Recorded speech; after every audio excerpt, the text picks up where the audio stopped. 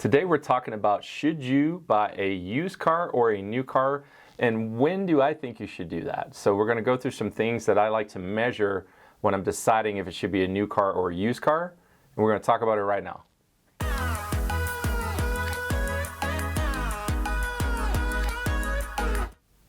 Welcome back to the channel. Today we're talking about new cars or used cars and when you should look at buying a used car over a new car and vice versa. So like you may be in the market and you're thinking about getting a new car and you're questioning your budget and you're thinking, hey man, maybe I should buy a used car to save some money.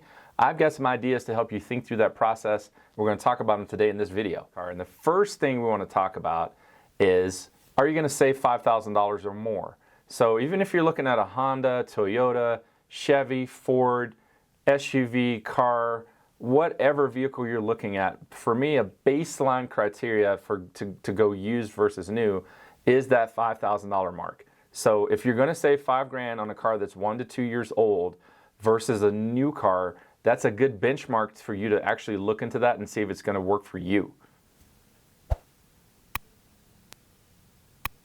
Now there's lots of other things that go into that particular decision. Money's not all of it. You're going to need to look at how much warranty is left on the vehicle, how many miles are on the vehicle.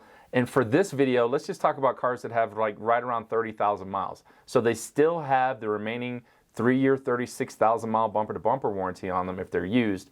And they have the 560 on the powertrain. So basically you can save the $5,000.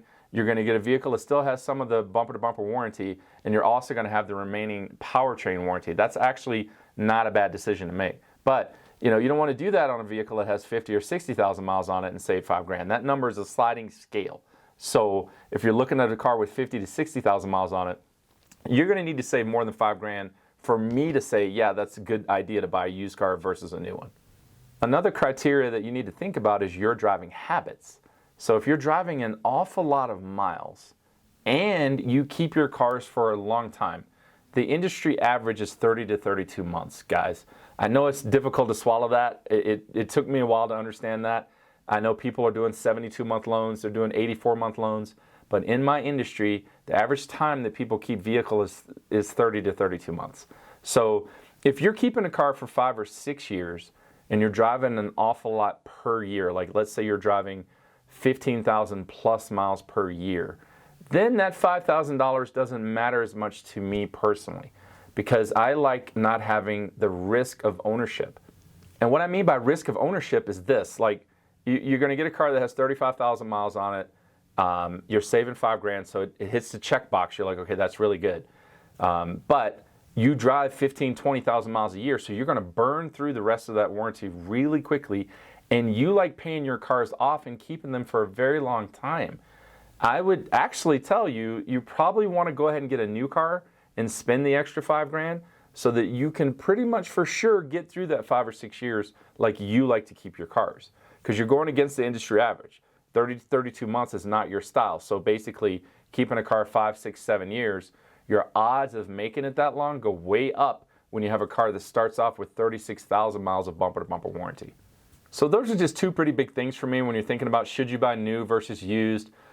Use that $5,000 benchmark and then test it with your driving habits and look at just how you keep cars. If you're keeping cars for an awful long time and you're driving an awful lot, like let's say you're a realtor and you're driving a lot of miles every year, showing houses, looking at properties, those types of things are going to cause your car's value to go down really fast, and it's also going to put you into the risk factor when you run out of warranty.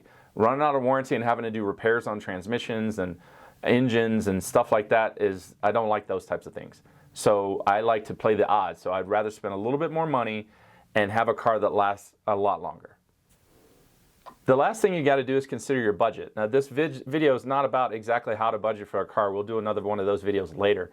But when you're thinking about this and it checks the check mark of $5,000, what if you do that and it still doesn't fit your budget, right? So maybe you should look at a different new car that's less money and maybe a different used car. Unfortunately, this is a tough pill for people to swallow because they want what they want. But in the car market, it's a tough game out there. And so if you start looking at older cars just so they fit in your budget, you could be opening up more risk for yourself. So the car's older, you're still going to have a long loan on it. You do think you keep your cars a long period of time, But still, that car is going to run out of warranty. You're going to have problems. You're going to end up spending more money than you thought just because you saw a lower price today. So keep that in mind when you're talking about that stuff too. So just to recap, I just wanted to talk about those 3 things about how I think about buying new versus used.